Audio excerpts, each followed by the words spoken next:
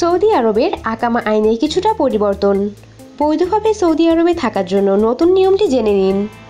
Saudi আরবে বৈধভাবে থাকতে হলে আকামা অতি গুরুত্বপূর্ণ জিনিস।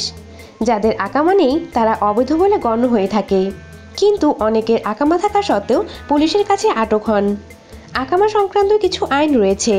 সৌদি প্রবাসীদের তাদের সাথে আকামা রাখা অত্যন্ত জরুরি। প্রবাসীরা আকামা না রাখা আকামা আইন অনুযায়ী দণ্ডনীয় অপরাধ। যদি কোনো সময় আকামা ছাড়া পুলিশের হাতে ধরা পড়েন তবে আপনাকে জরিমানা করা হবে। প্রবাসীরা অনেক সময়ে কাছে থেকেও কোথাও গেলে আকামা নিয়ে বের হন না। প্রথমবারের মতো আকামা ছাড়া পুলিশের কাছে ধরা হলে জেলে প্রেরণ করা হবে। তখন আপনার আকামার মেয়াদ উত্তীর্ণ না হয়ে থাকলে আপনার পক্ষ থেকে কেউ আপনার আকামা দেখিয়ে ছাড়িয়ে আনতে পারবে, কিন্তু এর জন্য আপনাকে সৌদি 1000 রিয়াল জরিমানা দিতে হবে। যদি কেউ আবার দ্বিতীয়বার এমন করে তাহলে পুলিশ ভাবে আকামা ছাড়া আপনার অভ্যাস।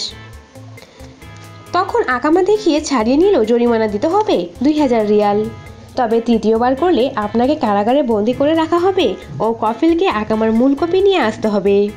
এরপর যদি কফিল চায় তাহলে আপনাকে ছাড়া হবে, অন্যথায় নিজ দেশে ফেরত পাঠাবে এবং 3000 রিয়াল দিতে হবে। তাই সব প্রবাসীরা সতর্ক থাকুন ও খবরটি অন্যদের জানিয়ে দিন।